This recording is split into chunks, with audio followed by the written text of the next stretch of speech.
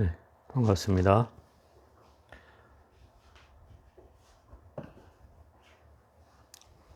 오늘은 10번째 시간이고요. 저번 주에 그 비파사나 선과 가나선의 그 비교, 또 차이를 설명을 드렸는데, 이 가나선이라는 것은 이 한국 불교의 수행 전통 가운데 지금까지 시행되고 있는 고행 수행 전통이거든요. 이 가나선이라는 건 화두를 통해서 생각을 여의도록 하는 방법이라고 말씀을 드렸는데, 오늘은 이 가나선의 시작점, 가나선이 어떻게 시작되었는지를 알 수 있는 이 조사선, 또 그와 더불어서 이제 묵조선이라는 또 선의 형태도 있어요. 그래서 이 두 가지 종류로 오늘은 설명을 해보도록 하겠습니다.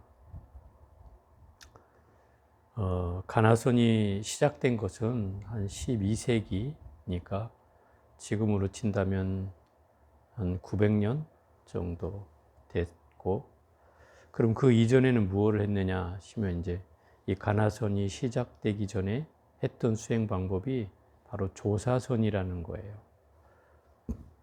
이 조사선은 조사로부터 시작됐다는 뜻이기도 하고, 그래서 달마대사, 달마대사를 또 달마조사라고도 하는데, 거기서부터 이 수행이 시작됐다는 뜻이에요. 그래서 조사선이라는 이름이 붙어 있어요. 그럼 조사선이라는 건 무슨 말이냐면, 그 조사라는 말은 그 소위 말하면 직계 제자 가운데 법을 이어온 직계 제자들은 거기다 조사라고 이름을 붙였죠. 할아버지 조자라고 쓰는 거니까 이게 스님들 입장에서 치면 조상이다 이런 거죠. 직계 조상. 그런 의미로서 이 조사라고 하는 이름이 붙어 있는 분은 법을 전했던 스승들이 대부분이고, 그래서 달마대사로부터 그 중국의 법이 전해지기 시작해서 6대 조사까지, 물론 그 이후에 한국에까지 전해져 오는 법맥이라는 게 있지만 가장 대표적으로 드는 건 바로 달마대사로부터 6대 조사를 제일 많이 들고 있어요. 또 이미 불교는 사실은 뭐 우리나라는 소수리망 372년, 뭐 백제 뭐 침류왕 뭐 384년 뭐 이렇게 불법이 전해져 왔다라고 얘기하지만, 사실은 이제 가야불교라고 하는 게 시대제가 밝혀지진 않았는데 더 이전이라고 하는 얘기도 있어요. 그래서 어쨌든 제일 빠른 시기를 한다면 한 1세기, 2세기경에 우리나라에도 불교가 전해졌다. 또 그리고 중국에도 마찬가지로 한 1세기경에 불교가 전해졌는데, 달마대사가 나온 시기는 한 400년대쯤 되거든요. 그러니까 불교가 전해진 지도 한 300년이 지난 후죠. 그럼 300년 동안 중국은 무슨 불교가 성행했느냐 하면, 이제 소위 말하면 교학불교라고 하죠. 학문적으로 경전을 연구하고 경전을 통해서 불교를 접하는, 그리고 특수 계층에만 불교가 전파되어 있는 그런 상태죠. 왜냐하면 우리나라도 그 민중한테 불교가 전달되기 위해서는 또 다른 어떤 노력이 필요한데, 신라시대 때 그 유명한 원효 스님이란 분이 그 대중불교를 사실 만들었던 분이거든요. 저작거리에 나가서 사람들에게 나무아미탑을 6자만 하면 극락왕생할 수 있다고 가르쳐서 모든 사람이 나무아미탑을 하게 했다 이 말이죠. 그 연불이 노래가 되어서 이제 요즘 말로 하면 뭐 그 각설이 타령 같은 그런 대중가요가 만들어져서 많은 사람들이 거지 들이고 뭐 할 것 없이 이걸 외우고 다녔다 이 말이죠. 그 끝에는 항상 후렴구는 나무아미타불이었어요. 우리가 장엄연불 하듯이. 그런 게 대중음악처럼, 대중가요처럼, 요즘 나오는 뭐 트로트처럼 신라시대에 그걸 부르게 해서 민중 속에 빨리 불교가 전파됐던 그런 계기가 됐거든요. 많은 백성들이 다 같이 불교를 믿을 수 있는 환경이 만들어진 거죠. 그 이전에는 결국 귀족 불교라고 해서 이 학문을, 경전을 볼 수 있고 그것을 알 수 있는 그런 사람들만 특별히 불교를 이해했던 그런 시절도 있었단 말이죠. 마찬가지로 중국이라는 역사도 300년 동안 불교가 뭐 대중화되기 시작하긴 했지만 주로 이제 이 상류층에서 불교가 주로 성행되어 있었고, 이제 달마대사가 시작되는 시점에는 그 시기가 이제 귀족에서 뭔가 밑으로 내려와야 되는 그런 시점에 있었다고 볼 수 있어요. 그 달마대사가 양무제를 만나고 나서 아직 이 땅에 내가 전할 수 있는 법이 때가 아직 익지 않아서 당신이 그 소림굴로, 지금 소림사의 전신이죠, 거기로 들어가서 9년 동안 면벽 자선을 하고 나오질 않았어요. 그러던 시절에 바로 그 해가라는 스님이 찾아와서, 한번 얘기했었죠. 해가라는 스님이 찾아와서 법을 구하고자 한다 이 말이죠. 그래서 그 해가라는 스님이 그런 얘기를 하죠. 나는 괴로워서 견딜 수가 없습니다. 내가 지금 오랜 시절을 출가해서 살고 있는데 나의 괴로움을 해결해 줄 스님을 만나지 못했습니다. 듣자 하니 스님께서 인도에서 부처님 법을 이어받은 분이 오셨다 소리를 듣고 내가 이렇게 한겨울을 무릅쓰고 이 눈을 무릅쓰고 여기를 찾아왔습니다. 그 막 눈이 이렇게 쌓이는 데서 앉아가 가스판까지 차는데 앉아서 기다리고 있었던 거죠. 달마대사가 나오자 그러는 거죠. 내가 이렇게 괴로워서 견딜 수가 없어서 당신을 찾아왔습니다. 저에게 가르침을 주십시오. 이렇게 얘기하는데, 그때 이제 이 달마대사가 이미 밤중부터 앉아 있다는 사실을 눈이 덮여 있는 걸로 알 수 있었는데도 네가 나한테 뭘 또 보여줄 수 있느냐라고 묻는다 이 말이에요. 마치 시험하듯이 물었어요. 그러자 자기가 차고 있던 칼을 꺼내서 자기 팔을 자른다. 연비를 해버리는 거죠. 그 원래 연비의 의미는 팔을 자른다는 의미에서 나오는 거예요. 여러분들 향에 불을 태우잖아요. 그게 연비라고 한단 말이에요. 연비라고 하는데 이 말의 어원이 팔을 이리 자른 데서 나왔다. 연비, 팔비자거든요. 팔을 이제 태웠다. 뭐 이런 뜻이죠. 그래서 어쨌든 그 해가라는 스님이 그 팔을 자르자 그때서야 물어라 이제 이렇게 된 거죠. 그래서 나는 괴로워서 견딜 수가 없습니다. 나의 괴로움을 해결해 주십시오. 이렇게 얘기하죠. 그때 이제 달마대사가 바로 얘기한 게, 그럼 너 나한테 괴로움을 꺼내놓아라. 내가 그럼 해결해 주겠노라. 근데 그 괴로움이 꺼내놓을 수 있는 거냐 말이야. 여러분도 괴로움 있으면 꺼내놓을 수가 있어요? 제 앞에 이렇게 못 내놓잖아요. 아무리 찾아도 찾을 수가 없죠. 그러자 이 해가 스님이 그러죠. 아무리 찾아도 찾을 수가 없습니다. 그러는 순간 이 달마대사는 그렇게 대답하죠.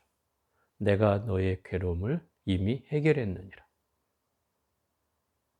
여러분은 벙찌는 얘기겠지만 이 해가대사는 그 말을 듣는 순간 그냥 모든 번뇌가 사라진 듯이 한순간에 깨달음을 얻어요.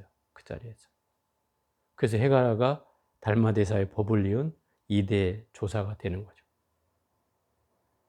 그래서 이 달마대사가 이 해가 스님하고 나눈 이 선문답에 의해서 이 제자를 깨우친 이 내용이 조사선이에요. 그러니까 조사선이라는 건 뭐냐? 그러면 조사가 제자를 만나서 제자하고 선문답을 통해서 그 언하의 말 아래 깨달음을 얻게 해주는 거죠. 언하의 대우를 시켜주는 방법이 바로 조사선이었어요. 그래서 이 해가라는 스님은 또 이제 달마대사의 제자이지만 또 법을 이었으니 또 조사가 됐잖아요. 그 다음에 이제 제 3조가 찾아와요. 그 승찬이라는 스님이 3조인데 그 스님이 찾아와요. 근데 이 스님은 전에도 한번 얘기했을지 모르겠지만 문둥병이 있었어요. 문둥병이. 자기가 출가를 하고 보니까 이 문둥병이 내 과거에 엄청난 죄업을 지어서 일어났다는 사실을 알게 된 거예요. 그래서 늘 참회를 하면서 살았어요. 늘 자기에게 죄업이 있다는 사실을, 큰 죄업이 있다는 사실을 알고 늘 참회를 하며 살았는데, 그 해가라는 스님한테 찾아가서 그렇게 물었어요. 이 문둥병이라는 게 큰 죄업이 있는 줄 아는데 내가 그 죄업을 참여하고 싶습니다. 스님께 참여를 하고 싶습니다. 이렇게 얘기한다. 그러니까 이 해가란 스님이 달마대사한테 그랬듯이 그러면 너 그 죄업을 나한테 내놓거라. 그런 거죠. 그럼 내가 너의 죄업을 해결해 주겠다. 근데 그 죄업이라는 걸 내놓을 수가 있어요? 설사 있는 줄 알아도 내놓을 수는 없잖아요.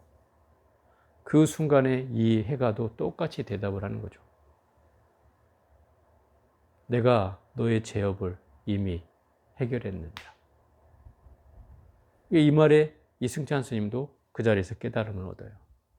죄라는 본디 자성이 없이 일어나는 본이 마음이 사라지면 죄도 또한 사라진다. 이런 말 있잖아요. 죄무자성 종신기 심양묘시 제약무 이런 것에 의해서 이승찬 스님은 죄가 이제 사라지게 되는 거죠. 그래서 이 승찬 스님이 3조가 되었는데 그 3조의 밑에 4대 조사가 누구냐면 도신이라는 제자가 찾아와요. 이 도신 스님은 당시에 14살이었어요. 그래서 이 승찬 스님을 찾아와서 그렇게 얘기하는 거예요.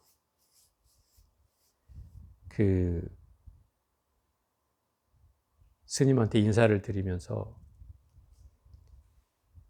뭔가 답답하게 자기 안에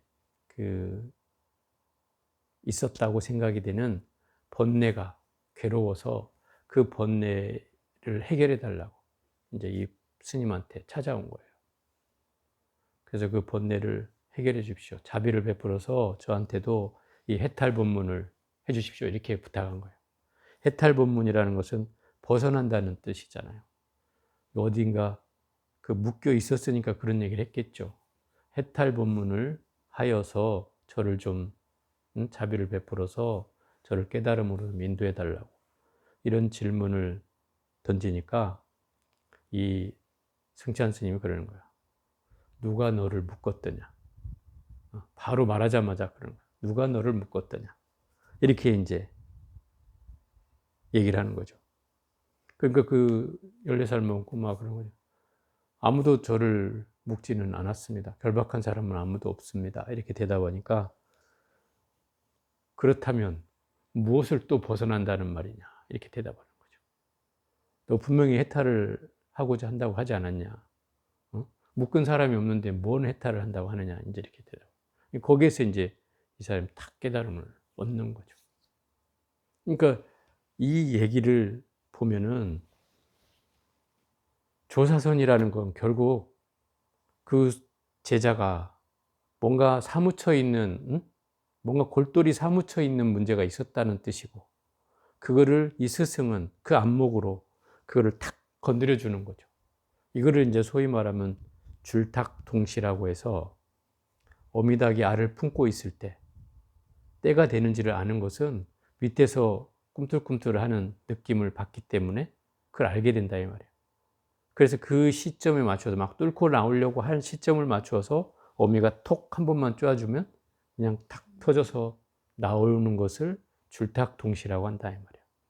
그 사자성어가 어떤 의미냐면 결국 스승이 제자의 근기를 봐서 제자가 무르익어서 마치 뿅아리가 뚫고 나오려고 할 그 시점쯤에 한마디를 탁 쳐가지고 그를 깨우침으로 개화를 시킨다 이 말인 거예요. 그 조사서는 그런 의미였어요. 그래서 이 도신이라는 스님이 이미 어린 나이에 14살에 깨달음을 얻는다 이 말이에요. 그래서 이 스님 밑에는 어렸을 때부터 법문을 했으니까 뭐 제자가 엄청 많았죠. 제자가 엄청 많았지만 제자가 많지는 않았군요 그때. 이 도신 스님까지는 제자가 없었어요. 근데 이 도신 스님이 자기 제자를 기다리는 거예요. 다른 사람들은 다 이미 제자들이 찾아와서 다 대를 이었잖아요. 근데 도신 스님 밑에는 제자가 없는 거예요. 제자가 찾아오질 않아요. 그래서 학수고대를 하고 있는데 어느 날 한 노인이 찾아와요. 노인이 찾아와. 그래가지고 자기도 한 수씩 해달라고 하는 거죠. 근데 근기는 있어. 이미 그 노인네가 근기는 있는데 문제는 도신 스님보다 나이를 더 먹었단 말이에요. 그러니 대를 이을 수가 없잖아요. 그 스님은 대를 이게 해줬다간 자기보다 먼저 가게 생겼는데 그러면 법이 이어지지도 않을 거고. 그래서 이 스님 뭐라고 얘기를 하냐면 그 도신 스님이 그 홍인이라는 대사였거든요. 오조가 홍인인데 가서 몸 받고 오라고. 몸 받고 오라 그래. 당신 너무 나이가 먹었으니 몸 받고 오시오 그래. 알았어 하고 딱 가는 거예요. 그러면서 가면서 뭐라고 하냐면 소나무를 한 그루 갖다가 심어요. 도량에 한 곳에다 심고 내가 이 소나무를 꼭 기억하고 다시 올 테니 나를 기억하거든 내가 재송이라고 이름을 지을 것이오. 재송은 소나무를 심었다 이 소리예요. 그 재송이라고 할 터이니 나중에 오면 꼭 그놈이 난 줄 아시오. 이러고 딱 간 거예요. 그 어느 마을을 지나가다가 한 처녀가 물동이를 기고 우물에서 나오는데 그 뱃속으로 들어가 버려요. 그런데 문제는 이 처녀였어, 처녀.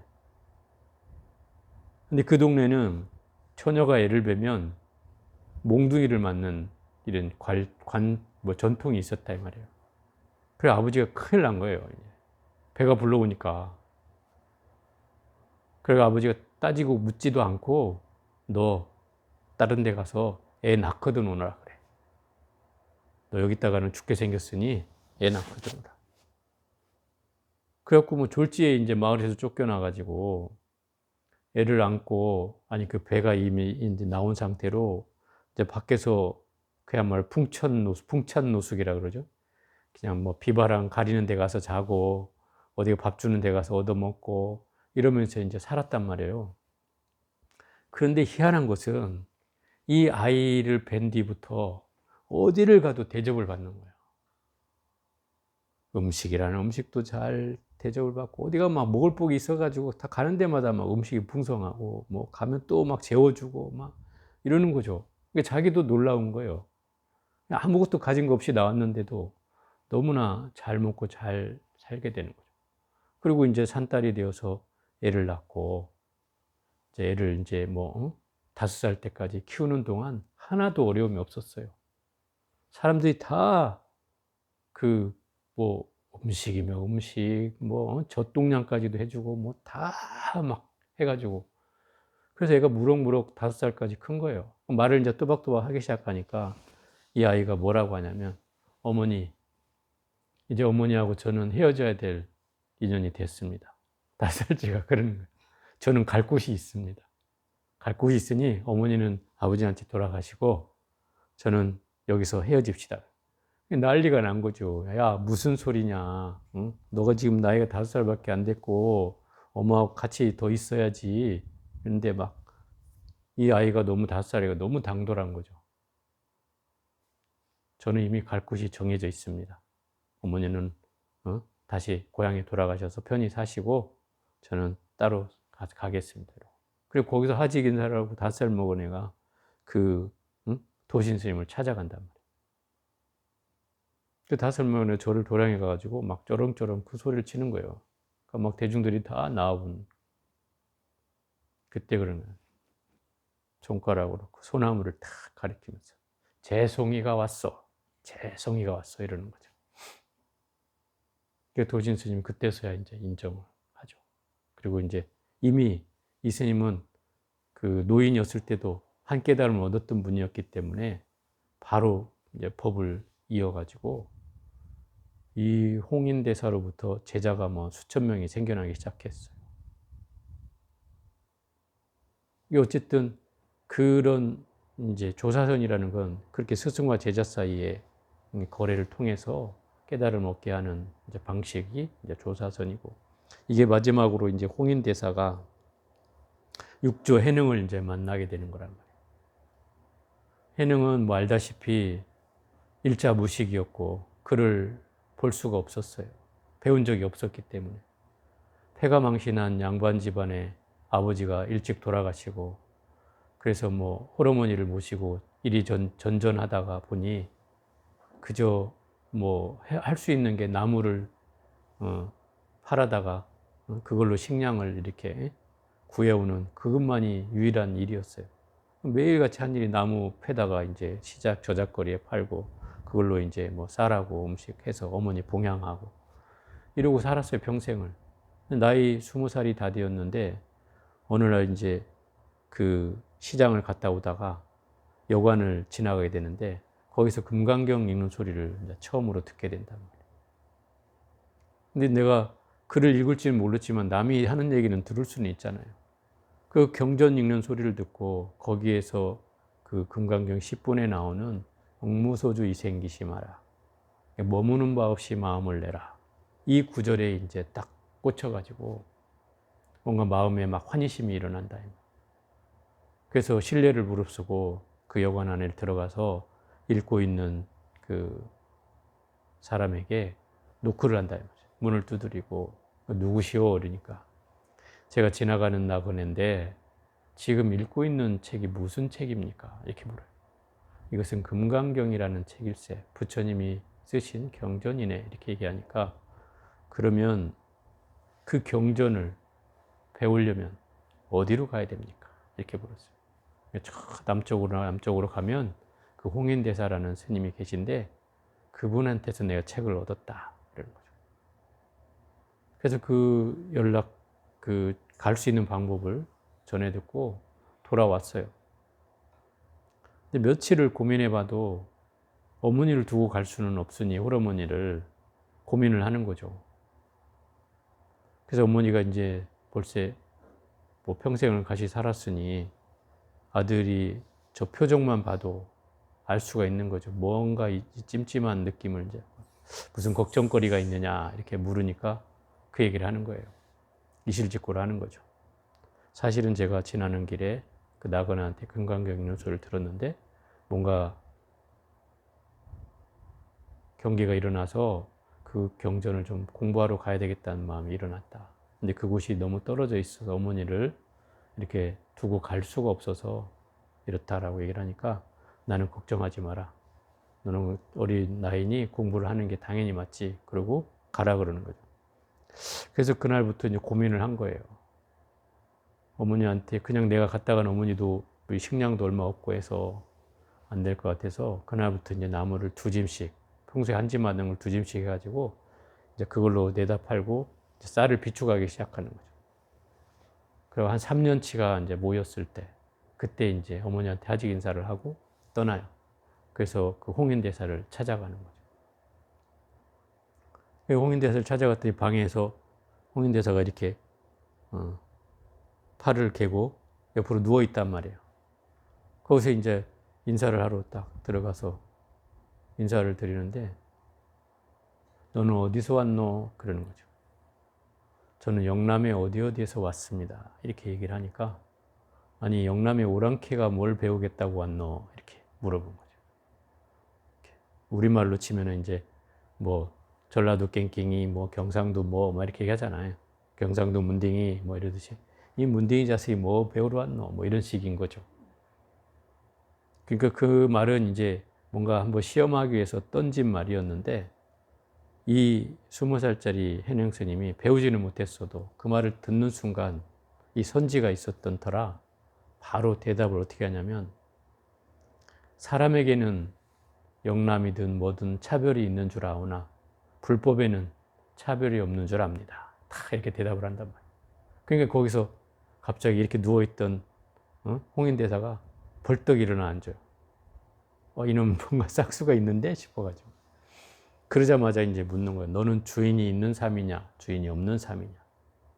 이미 출가하러 왔으니까 이미 스님이 된 셈이다 이 말이니 그걸 인정하고 묻는 거죠. 너는 주인이 있는 삶이냐, 주인이 없는 삶이냐. 딱 이렇게 묻자마자 이 현영 스님이 절을 탁 하면서 저는 주인이 있는 삶입니다. 다 이렇게 대답을 하는 거예요. 당신이 주인이다 이 소리인 거죠. 그 말을 듣는 순간 이제 이놈은 보통 놈이 아니구나. 그래서 계속 대화를 하고 싶은데 옆에 이게 막 중들이 많으니까 눈총이 이제 느껴지는 거죠.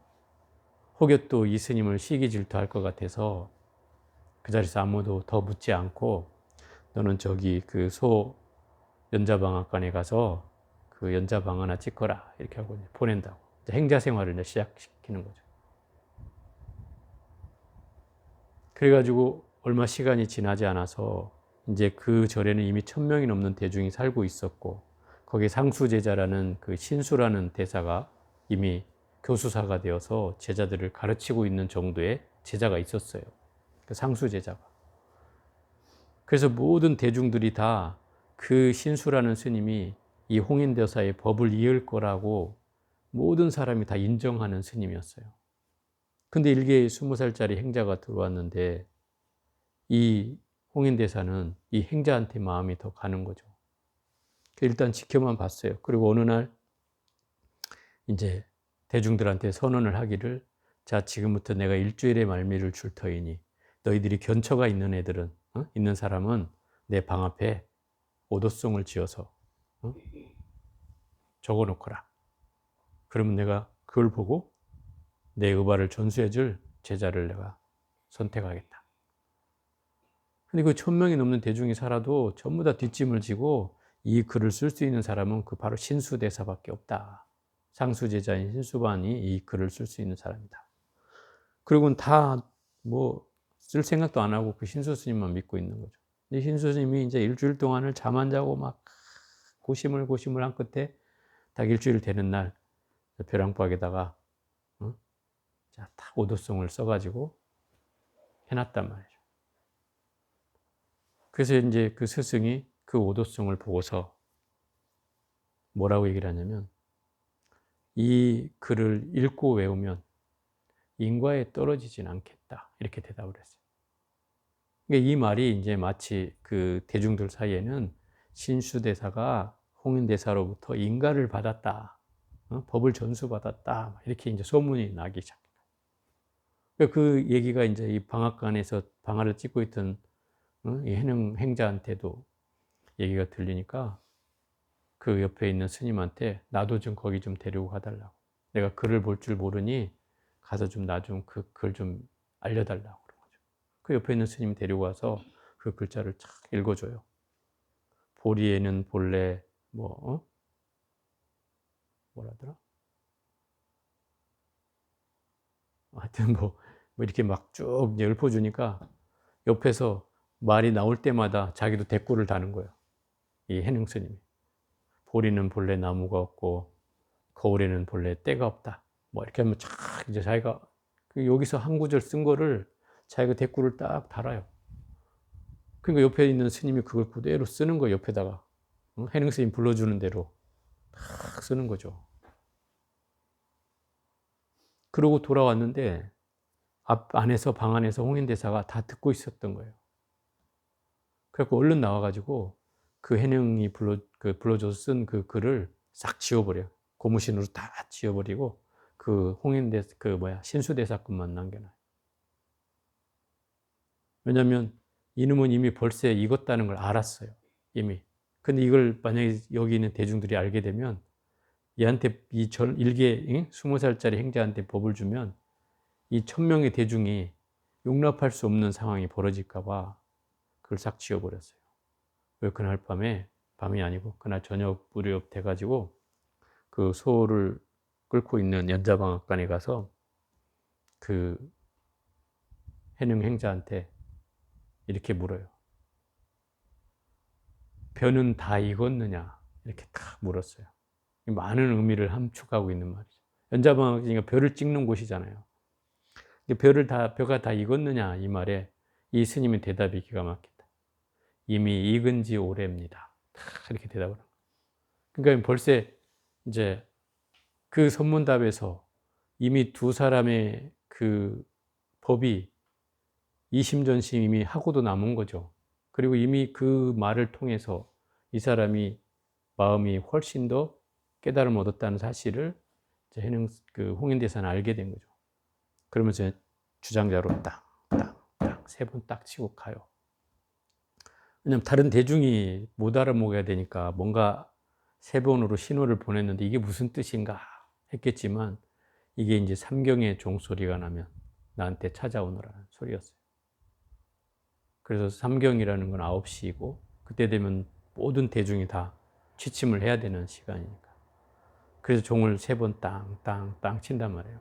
그때 이제 찾아가니까 밤새 이제 당신이 그 스승으로부터 전수받은 밀전을 이제 이 제자한테 전해주고 밤새 이제 금강경목을 해줬다 그래요. 전수를 해주고 그리고 이 스님에게 의발을 전수해주고 그리고 간곡히 부탁하기를 남쪽으로 내려가서 숨어서 지내라. 절대 함부로 법을 펴지 말고 그 때를 기다려라. 그 때가 되거든 그때서 법을 펴라. 이렇게 얘기한 거예요. 그러면서 이제 새벽녘에 배웅까지 나가서 강에서 이제 배를 타고 가는 것까지 보고 돌아왔단 말이죠. 스승이 어디 나갔다 오는 걸 낌새를 챈 제자들이 또 시자들도 있었을 거 아니에요?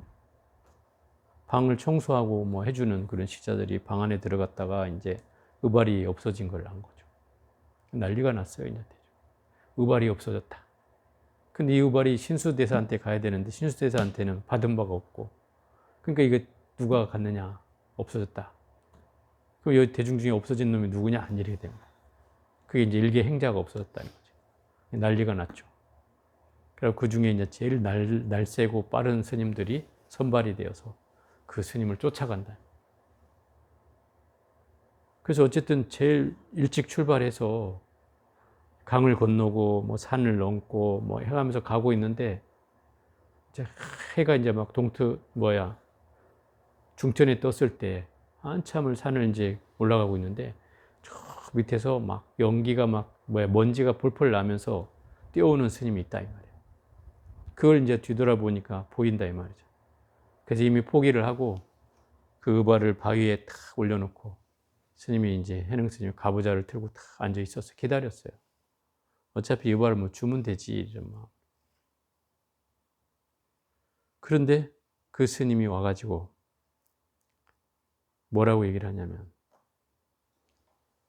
자기는 사실은 이 의발을 가지러 온 게 아니라 물론 심부름을 오긴 했지만 도대체 저 어린 스님이 무엇을 깨달았길래 스승으로부터 인가를 받아서 이 의발을 받았는지 사실 자기는 너무 그게 궁금했다. 내가 그래도 꽤 많은 세월을 공부한다고 여기 와서 이렇게 살고 있는데도 불구하고 나는 마음을 얻지 못했는데 마음을 보지도 못했는데 일개 행자 스님이 했다는 소리에 사실 분심이 일어났다. 분심이 일어나서 스님이 어떤 법을 얻었길래 대체 그걸 얻었는지를 듣고 싶었다. 나에게도 정말 이 미련한 중에게도 한 자락 법문을 해줄 수 있다면 한마디라도 해줬으면 좋겠다. 이렇게 간절하게 부탁을 하는 거죠. 그때 이제 이런 얘기를 해요. 그 스님이 해명 스님이라는 스님이었는데 해명수자 불사선 불사악하라. 선도 생각지 말고 악도 생각지 마라. 부모 미생전 본래 면목인고. 부모로부터 몸받기 전에 당신의 본래 모습은 무엇인고? 이렇게 물었어요. 나의 본래 모습을 내가 무엇인지 라고 하는 질문을 던졌는데 거기에 전제 조건이 뭐예요? 좋다 싫다 생각도 말고 생각이라는 걸 접고 대답해봐라 이거예요. 꽉 막혔죠. 아무 소리도 대답할 수가 없죠. 그런데 그 순간에 팍 뒤통수를 맞은 듯이 팍 터지는 거죠. 거기서 이제 깨달음을 이 스님도 얻게 돼요. 그리고 의발을 가져가라고 한 거예요. 야, 이거 갖다 줘라. 난 필요 없다. 그 의발 가져가려고 하는데 꿈쩍도 안 해. 의발이. 이 사람이 힘도 세고 막 장사인데도 꿈쩍도 안 해. 아, 이거는 본디 신수대사의 것이 아니라 바로 스님 것입니다. 그러니 이게 움직이지 않는 것이죠. 그러면서 고대히 놔두고 이 스님은 이제 딴 데로 간다. 결국 그걸 통해서 이제 이 해능 스님도 남쪽으로 숨어 들어가서 사냥꾼하고 옷을 바꿔 입고 사냥꾼 행세를 하면서 한 5, 6년을 지내요. 굉장히 오랜 시간이죠. 30대 중반이 될 때까지 그 사냥꾼 행세를 하면서 살았어요. 그래서 사냥꾼이 잡아온 고기는 지키고 있으라면 다 풀어줘 버리고, 또 산놈이 있으면 어떻게든 풀어주고, 지들 고기 먹고 있을 때 자기는 그냥 산에 나무를 캐다가 그 고깃가에다가 익혀만 먹고 그렇게 살았어요. 그래서 막 그 사냥꾼들이 놀려도 뭐 자기는 전혀 개의치 않고 그렇게 십수년을 하다가 30대 중반이 되어서야 이제 남쪽으로 내려가서 그 남아선사라는 스님이 그 사는 절에 이제 가게 돼요. 근데 거기에서 이제 그 유명한 얘기가 이제 그거죠. 깃발을 놓고 이제 싸우고 있는 거예요. 중이 둘이. 뭐 한 스님은 이제 바람이 움직이니까 깃발이 움직인다고 하고, 한 스님은 이제 깃발이 움직이니까 바람이 움직인다고 막 싸우고 있는 거예요. 그리고 이 스님이 지나가니까, 아니 스님 대체 한번 판결을 해보셔. 바람이 움직이니까 깃발이 움직이는 거예요, 깃발이 움직이니까 바람이 움직이는 거예요? 이렇게 딱 묻는데 이 해능 스님이 그때 이제 기가 막힌 대답을 하는 게, 당신들의 마음이 움직이는 거예요. 딱 대답을. 아무 소리를 못 한다. 그걸 이제 멀리서 지켜보고 있던 이 남아선사라는 스님이 범상치 않은 스님이 왔다는 걸 이제 대본에 알게 되죠.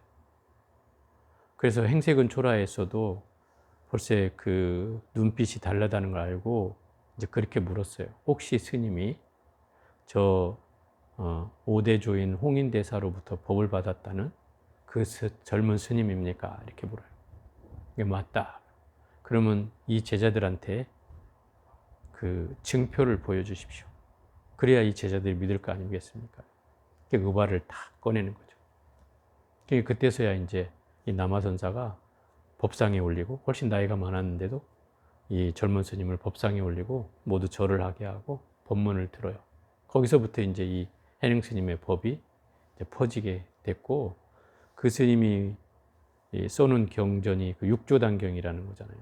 그 육조가 내나 6대 조사가 됐다는 말이고, 그 6대 조사가 이제 법문으로 중생에게 가르침을 베풀었다. 단이라는 건 보시했다 이런 뜻이고요.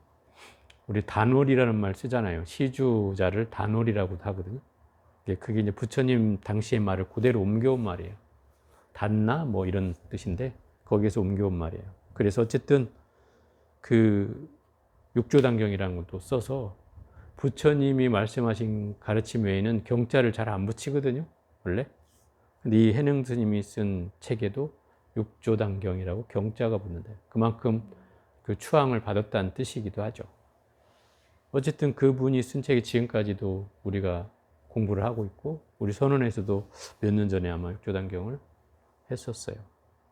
어쨌든 이 달마조사로부터 이 6대 조사에 이르기까지 스승과 제자 사이의 선문답을 통해서 언어의 말 아래 깨달음을 얻게 하는 그 방법이 바로 조사선이라는 거예요. 근데 문제는 이게 수백 년을 내려가다가 가나선으로 바뀌는 이유가 생기는 게 뭐냐면, 이제 이런 것들이 쌓이다 보니까 나중에 말하자면 우리 기출문제가 자꾸 나오면 답이 있잖아요. 답이 정해진 답. 이게 선문답이 계속 이런 식으로 정형이 된다는 걸 아니까 답을 알고 있어지는 문제가 생기는 거죠. 근데 이게 답을 아는 문제하고는 다른 거잖아요. 마음을 깨달아야지 이게 중요한 건데, 자꾸 그걸 마치 뭐 퀴즈 대답하듯이 대답하는 사람이 생겨나기 시작했단 말이에요. 그러니까 결국 이게 마음을 보는 거하고는 동떨어진 문제가 돼버리고, 이게 뭔가 조사선이 약간 오염되기 시작하는 문제가 생겨나는 거죠. 그래서 이제 이 가나선이 새로 만들어지게 된 계기가 바로 이렇게 조사선이 그것만 해도 충분했었는데, 스님들이 많아지기 시작하면서 대중들이 늘어나고 공부하는 사람이 많아지면서 이런 문제점이 이제 생겨나기 시작한 거죠. 그 예를 들어 제가 막 사람들한테 그런 얘기를 하잖아요. 그 임재 스님이라는 분이 그 대중을 깨우칠 때 소리를 쳐서 깨우쳤다 그래요. 임재하리라 그래요. 뭘 누가 막 물으면 악 소리를 질러가지고 그냥 뭐 세상을 다 잊게 만든다 이 말이에요. 아무 소리도 못하게 만들어요. 그 소리 한번 지르면 마치 사자가 앙 하면은 산천조목이 다 떨듯이 이 임재 스님이 악 하고 소리를 지르면 사람들이 다 얼어버렸다는 거예요. 그 상태에서 아무것도 할 수 없게 만들었대. 그게 이제 임재 스님이 제자를 가르친 방식이라고 하거든요. 또 이 덕산 스님이라는 스님은 덕산방이라고 표현하는데 몽둥이로 이제 대중을 교화했다는 거예요. 그래가지고 몽둥이를 들고 제자들한테 그렇게 얘기하는 거죠. 자, 물어라. 말을 하면 30방이요. 말을 안 해도 30방이니라. 자, 일러라. 이렇게. 그럼 말을 해도 30방이고 말을 안 해도 30방이야. 그럼 어떻게 해야 돼? 대답을 알고 있어?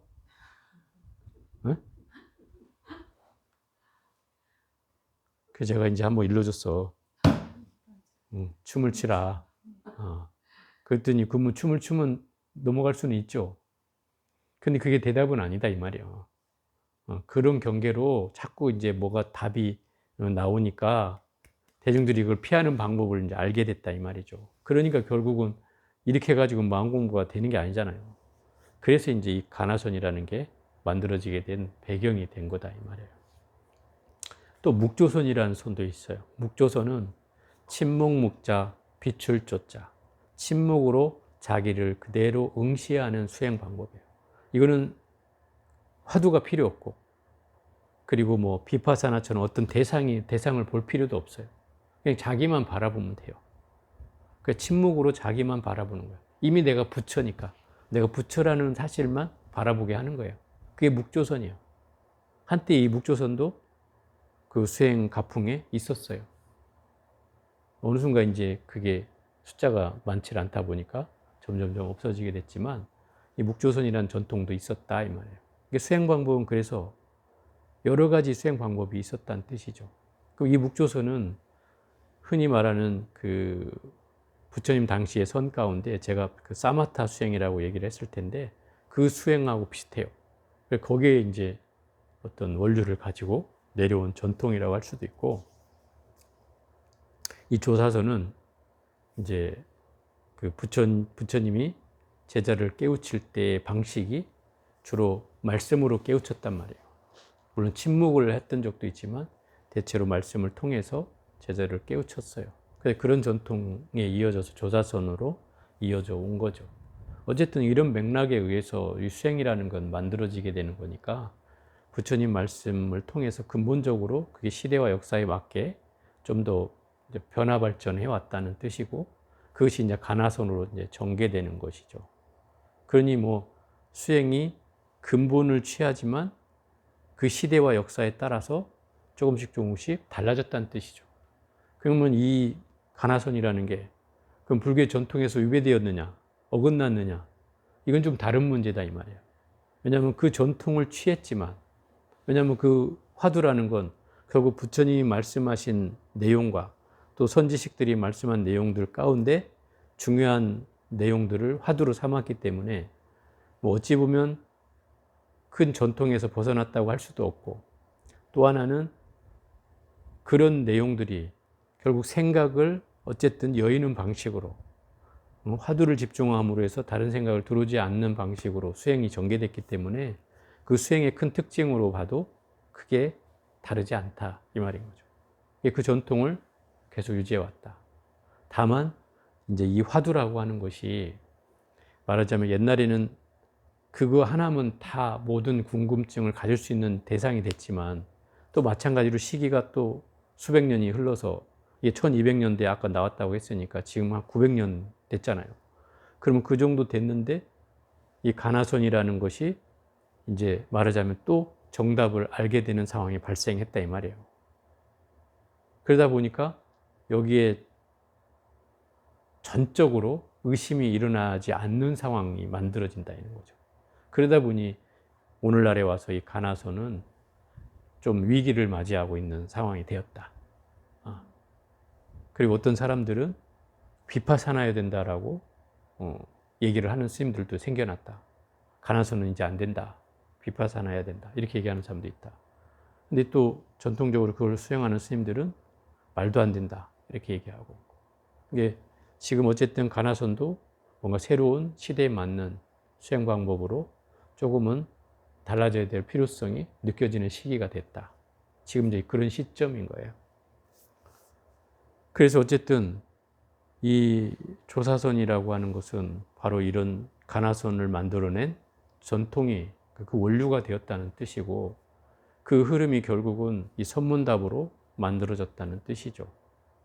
그래서 지금도 뭐 법거량이라고 표현하는데, 이제 그 스승과 제자가 서로를 견주어서 시험하는, 이렇게 말로 시험하는, 선문답으로 시험하는 경계를 이제 법거량이라고 해요. 그래서 뭐 어떤 스님이 깨달았다 그러면 그 스님을 찾아가서 진짜 깨달았는지를 이제 말로써 선문답 하듯이 이제 겨루는 그런 게 이제 법거량이거든요.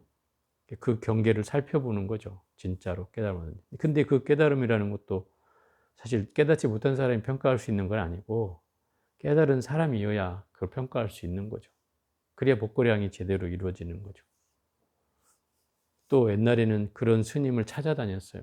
선지식이 만약 깨달은 스님이 있다 그러면 그 스님을 찾아가서 내가 그 공부한 경계를 던져보고 내 경계를 실험해 보는 거죠. 그래서 그런 걸 법거량이라고 했어요. 그렇게 해보면 내가 아직 부족하다는 사실을 알게 되면 더 열심히 다시 정진하면 되고, 인가를 받으면 그 밑에서 이제 또 열심히 하면서 법을 이으면 되고, 이제 그런 방식으로 이 불교가 전개되어 온 거죠. 그러니까 이 조사선이나 묵조선이라고 하는 것은 결국은 수행 방법 중에 하나였다는 뜻이고, 이런 전통이 결국 이 가나선으로 명맥이 이어져서 지금까지 흘러온다는 뜻이에요. 그래서 우리가 흔히 말하면 그 선에서 하는 말 중에 대표적인 말이 사자성어가 있는데, 불림문자, 교회별전, 이렇게요. 이 선문에는 문자를 세우지 않는다. 문자를 세우지 않는다는 뭐예요? 글로써 뭘 배우지 않는다는 뜻이에요. 뭘로 배워요, 그럼? 글이 아닌 마음을 통해서 배운다는 거죠. 이거를 이제 이심전심이라고 하는 거예요. 마음으로서 마음을 전한다, 이 말이에요. 그래서 부처님도 가섭존자에게 세 가지 사례로서 마음으로 마음을 전했다라고 하잖아요. 그게 이제 직지인심 견성 성불이라고 하는 말이에요. 직지인심이라는 건 사람의 마음을 바로 가리켜서 자기 성품을 보게 해서 깨달음을 얻게 하는 방식이 바로 이 조사선 또는 가나선의 전통이었다는 거예요. 그럼 바로 마음을 가리킨다는 것은 애둘러 가지 않는다 이 말이에요. 바로 너 네 마음 내놔봐. 내가 해결해 줄게. 이런 거는 결국 뭘 어떻게 막 비유를 드는 게 아니잖아요. 그냥 바로 그 자리에서 해결을 시키는 마음이었다 이 말이에요. 그래서 그 사람 마음을 굳이 달을 뭐 가리키는 손가락을 보지 마라 하는 것처럼 가리킬 필요도 없이 바로 곧장 네 성품을 보게 했다는 거예요. 그래서 이제 이거를 직절문이라고 표현하는 거예요. 또는 경절문이라고도 표현하죠. 그게 무슨 말이냐면 수행을 해가는 지름길을 알려주는 방법이다. 바로 들어가는 길이지 굳이 애둘러 돌아가고 어디를 건너가고 뭐 몇 번을 갈아타고 하는 게 아니다 이 말이에요. 그냥 바로 가는 길을 가르쳐줘서 그런 수행이 경절문이라고 표현하는 거다. 그런 수행 방법을 이 조사선이나 가나선에서는 얘기하고 있는 방식이다 이 말이에요. 그래서 이런 수행이라고 하는 풍토가 또 지금의 역사 속에서 수백 년을 흘러왔듯이 앞으로 얼마까지 이게 또 전개될지는 모르겠지만 우리의 수행 풍토도 물론 여기에서 또 뭐 새로운 정립도 필요한 시기도 되었지만 이런 수행 풍토를 제대로 잘 발현할 수 있게끔 실천해 가는 것도 중요한 우리의 숙제고 몫이다. 이런 생각을 해보면서 오늘 본문은 이것으로 가름하겠습니다.